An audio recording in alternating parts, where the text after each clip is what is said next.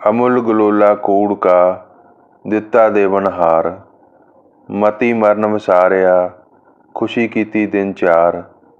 सच मिलिया तिन सोफियाँ राखण को दरबार। व्याख्या। गुरु नानक कहते हैं, उस देवनहार ने स्वयं ही जगत को माया रूपी अफीम का गोला दिया हुआ है, जिसे खाकर जीव की मत जीवन को तो याद रखती है, पर मरण को विसार देती है, भुला देती है। जैसे कोई पक्षी विशाल समुद्र पर उड़ता हुआ दूर निकल गया हो। समुद्र की सुंदरता, रंग बिरंगी मछलियों में ऐसा खो गया हो कि ध्यान ही ना रहा हो कि उतरना तो जमीन पर है। फिर जब उड़ते हुए पंख थक जाएं, हिम्मत बाकी ना रहे, जमीन कहीं दिखाई ना दे, तब समुद्र की सुंदरता भी ठहरने को आसरा नहीं देगी।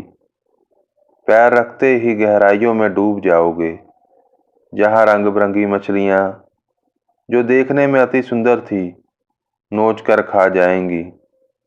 यही 4 दिन की खुशी है, 4 दिन की चांदनी है।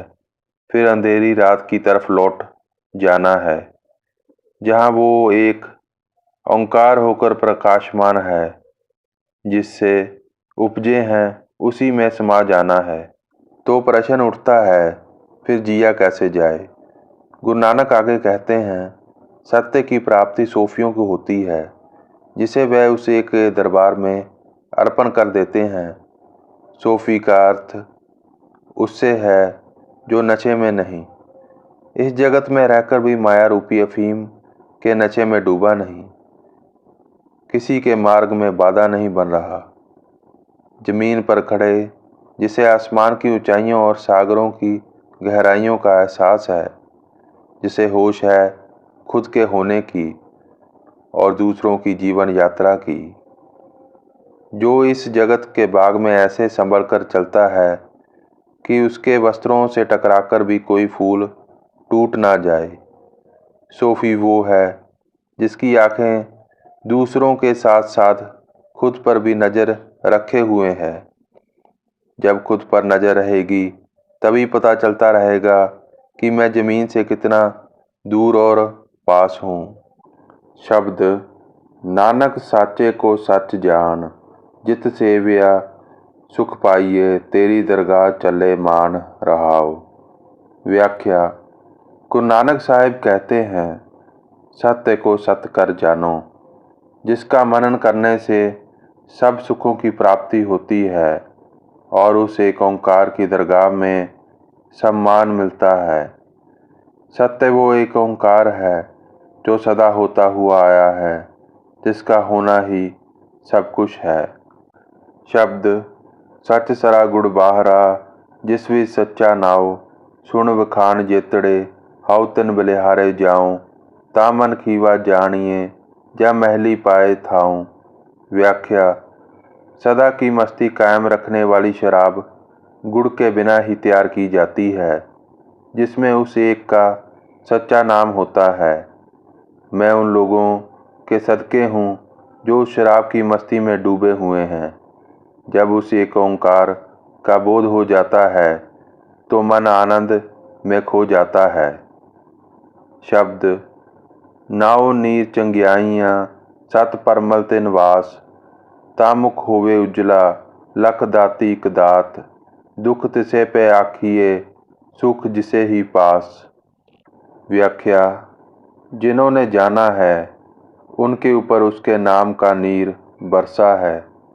सत्य की सुगंधी उनमें ऐसे बस गई है, जैसे परमल के धान में सुगंधी बसी होती है।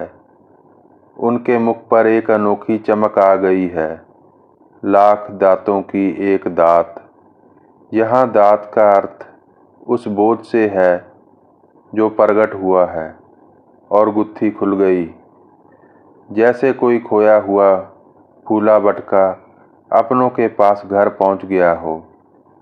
घर जहां अपनेपन का सुख है, जहां दुख कहने में कोई झिझक नहीं।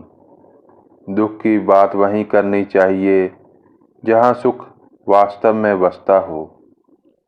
शब्द। सो क्यों मनो विसारिए, जाके जिया प्राण, तिस बिन सब अपवित्र है, जेता पैनन खान, होर गल्लां सब कूड़ियां, तुध पावे परवान। व्याख्या: उस एक ओंकार को क्यों मन से विसार दें, जिसके प्राण हर जीव में बसे हुए हैं। वही जीवन है नरजीवन में। उगते हुए फूल और पकते हुए फल को ध्यान लगाकर देखा जाए तो वो नजर आता है। हर दिन नया आकार लेते हुए, नई पंखुड़ियां निकालते हुए, फिर एक अद्भुत सुगंध के रूप में प्रकट होता है और किसी की नाक के द्वारा उसके मस्तिष्क तक पहुंचकर उसे आनंद से भर देता है। जितने भी स्वादिष्ट भोजन है, चाहे वो 56 प्रकार के शुद्ध भोजन ही क्यों ना हो, अगर वह उसके आनंद में न डुबो पाए तो वह अशुद्ध हैं, व्यर्थ हैं। कीमती से कीमती वस्त्र अगर उसकी अनुभूति ना करा पाए तो वह वस्त्र अहंकार का प्रदर्शन ही है। जो बातें उस एक को परवान नहीं, वह कूड़े का ढेर हैं।